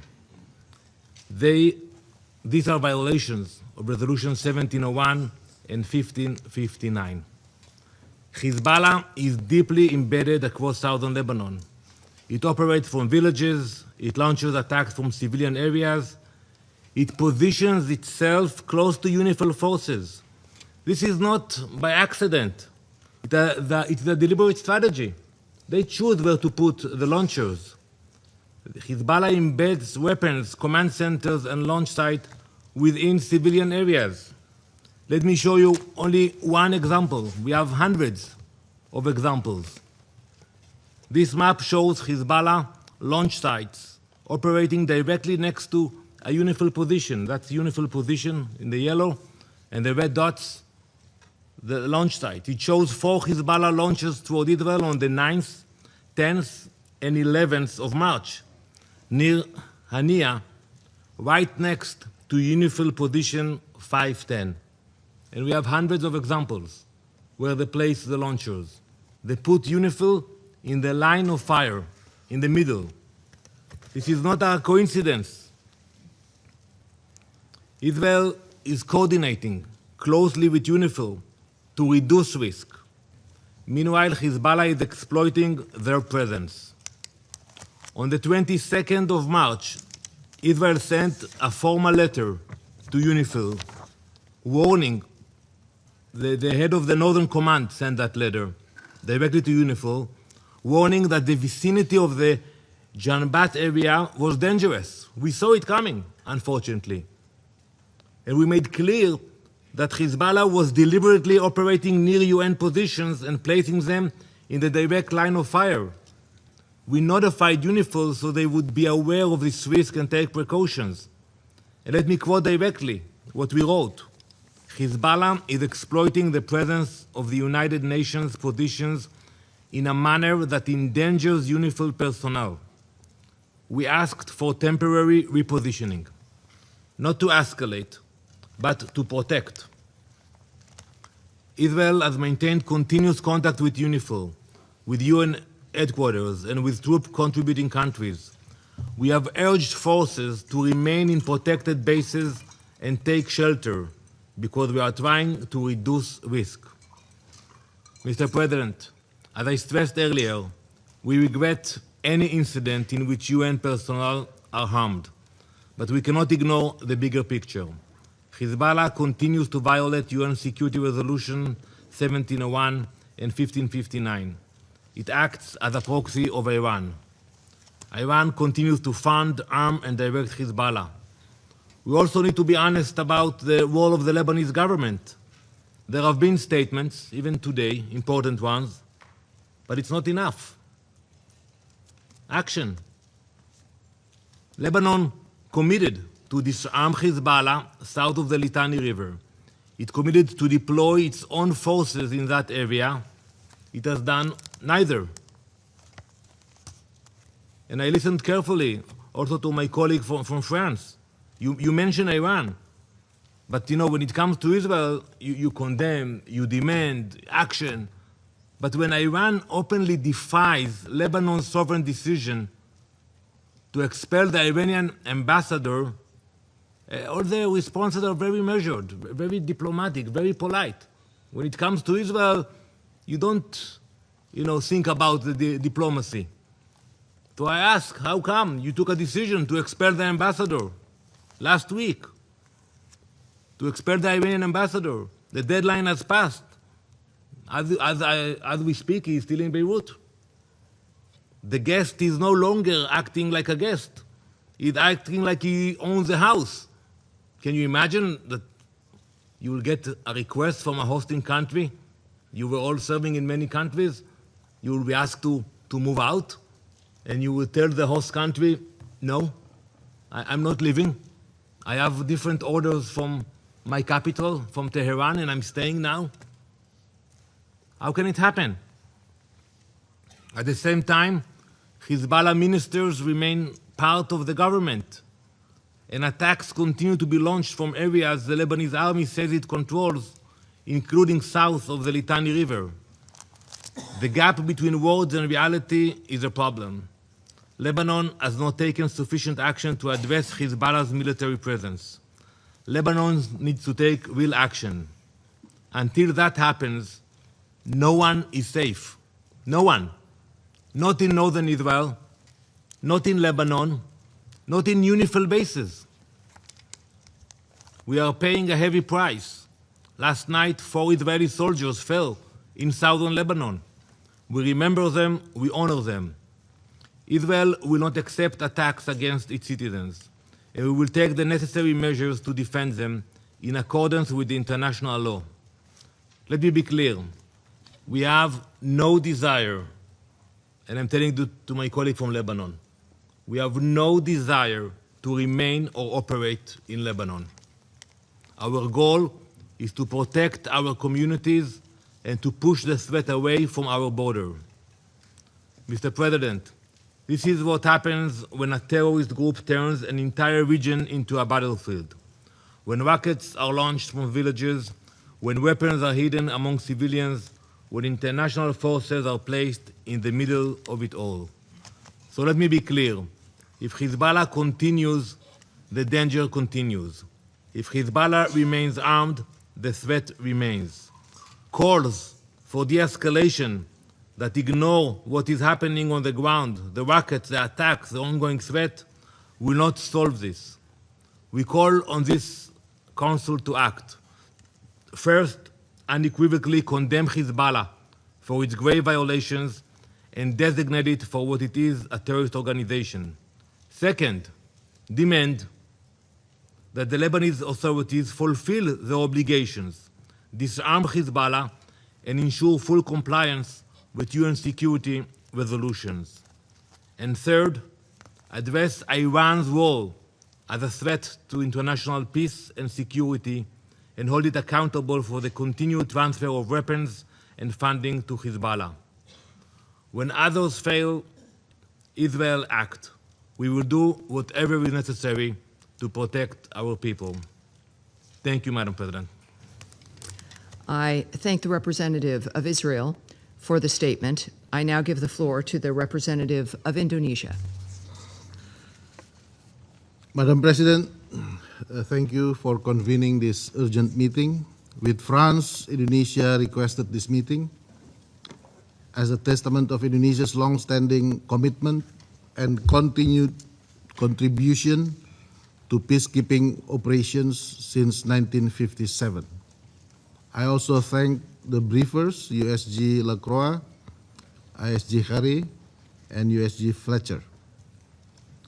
I should also like to thank you, Madam President, for giving me the floor to express the sense of grief, anger, and frustration of over 285 million people of Indonesia. I am sure that this sense of grief, anger, and frustration is widely shared by the people of the world.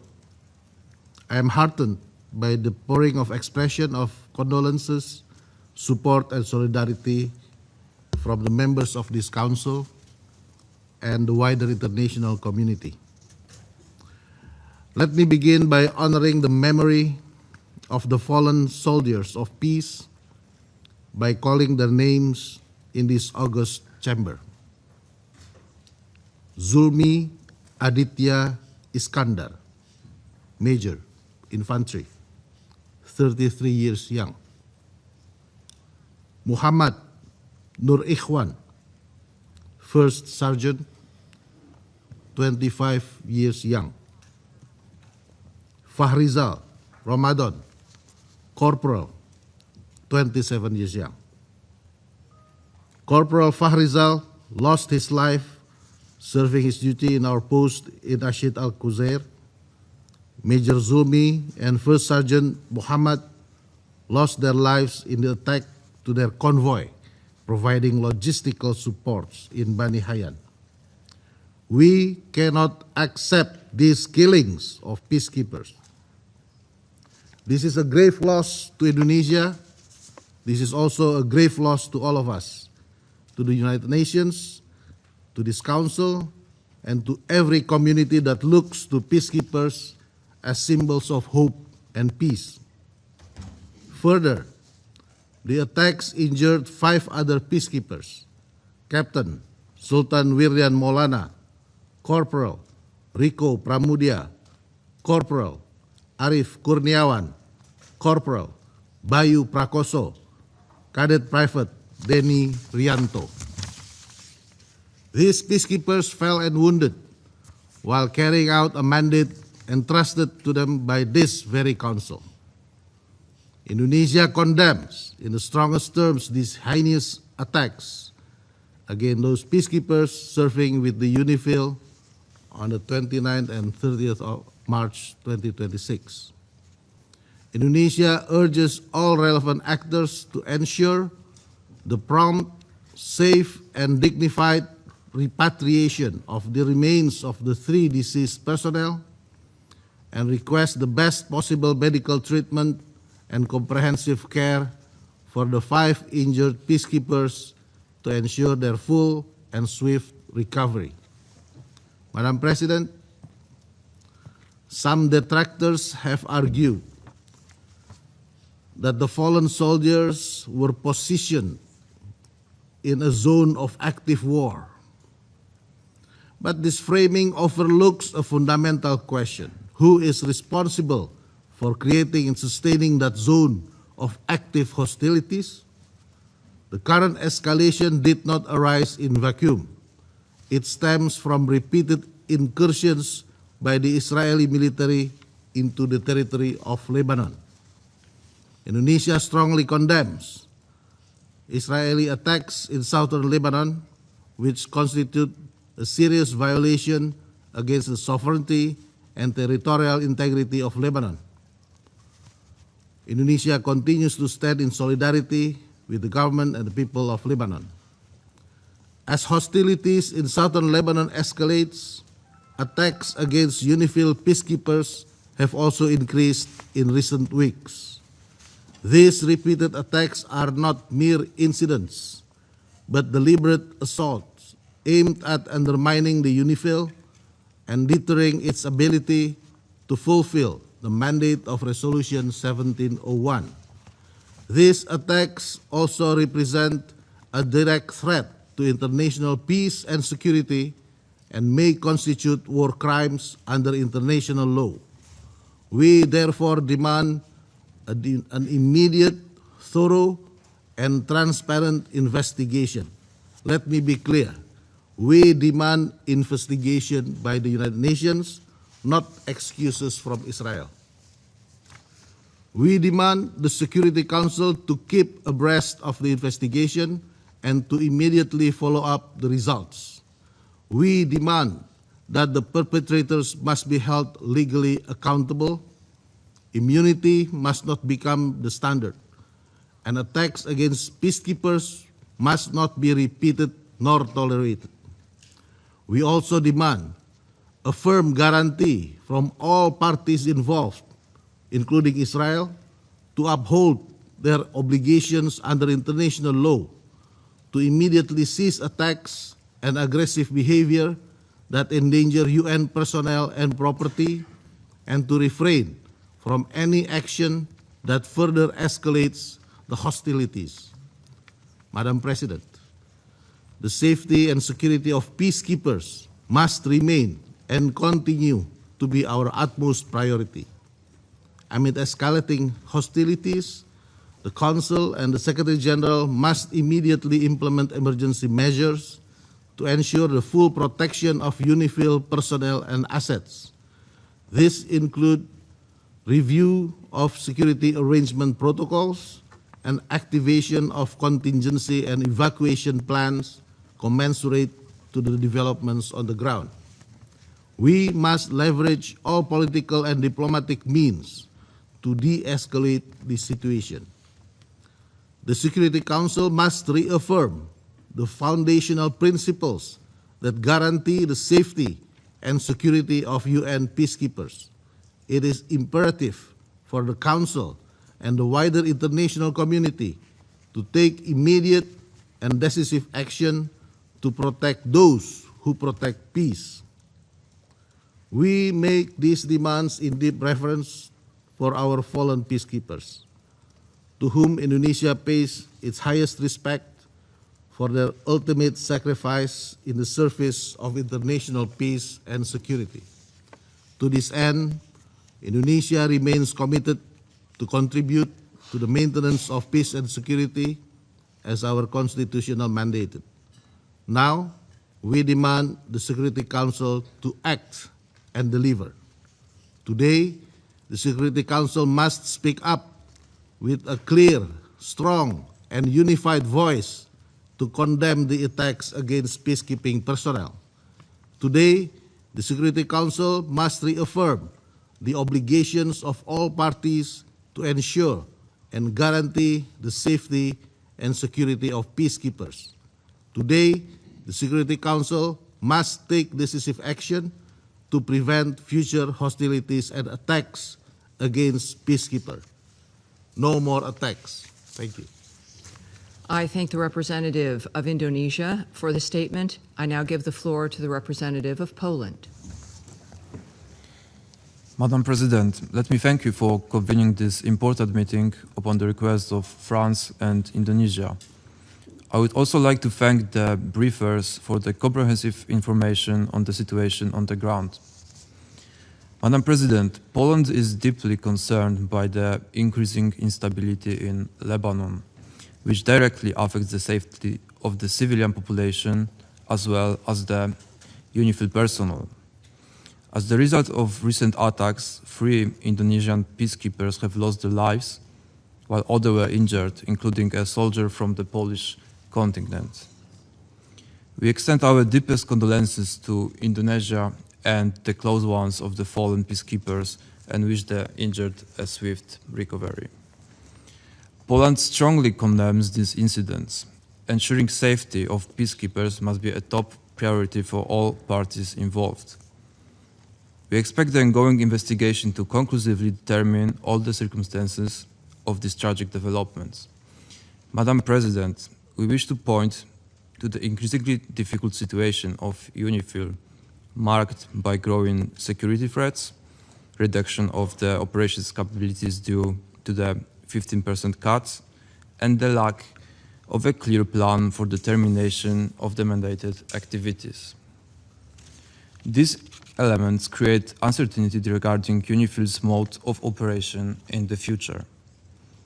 We therefore call for development of clear operational guidelines for the implementation of Resolution 2790, enabling troop contributing countries to align their planning while ensuring both the continued implementation of the mandate and the safety of soldiers remaining in Lebanon.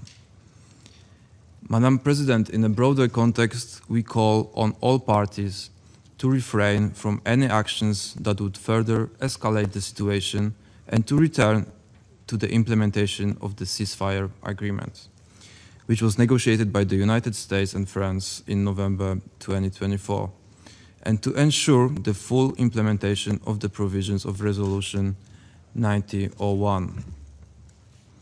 We are deeply concerned about the humanitarian situation of the civilian population. In response, Poland has delivered the first batch of humanitarian aid to Lebanon. Additionally, answering humanitarian appeals, we have made voluntary contributions to International Red Cross and Red Crescent movement. Further aid programs are currently being prepared. Madam President, we call on all parties to urgently return to the ceasefire agreement and to fully respect Security Council Resolution 1701. Poland reaffirms its strong support for the mandate of UNIFIL in the southern Lebanon, and we commend the courage, professionalism, and steadfast commitment of UNIFIL peacekeepers in the fulfillment of their mandate. And I thank you. I thank the representative of Poland for the statement. And now the representative of France has asked for the floor to make a further statement. I give them the floor. Merci, Madame. Thank you, President. I'll be very brief. Following what was said by our colleague from Israel, I won't make a comparison between French's statements and Iran, but simply because it would never cross my mind to compare the nature of France and Israel relations and France and Iran on the other hand. The only thing we would have to say is we want to see a de-escalation. We want to see territorial integrity and sovereignty of Lebanon respected by all, and we would always recall Iran and Hezbollah's responsibility for the start of all of these operations. Thank you. All right. I thank the representative of France for the statement. There are no more names inscribed on the list of speakers. However, before adjourning this meeting, I would like to warmly thank the Secretariat of the Council for all the support they have given us this month. And I thank all the members of the Council for joining us in this bit of history and for lending us your support, and to the variety of voices from this seat, from the First Lady of the United States, to Ambassador Waltz, to myself, and to all the other ambassadors from USUN. As I gavel the presidency closed, as I speak also on behalf of everyone here at our mission, in wishing the delegation of Bahrain good luck for the month of April, but we know luck favors the prepared, so you're going to do very well. My thanks to everyone from the mission, and have a great day. Thank you, everyone. The meeting is closed.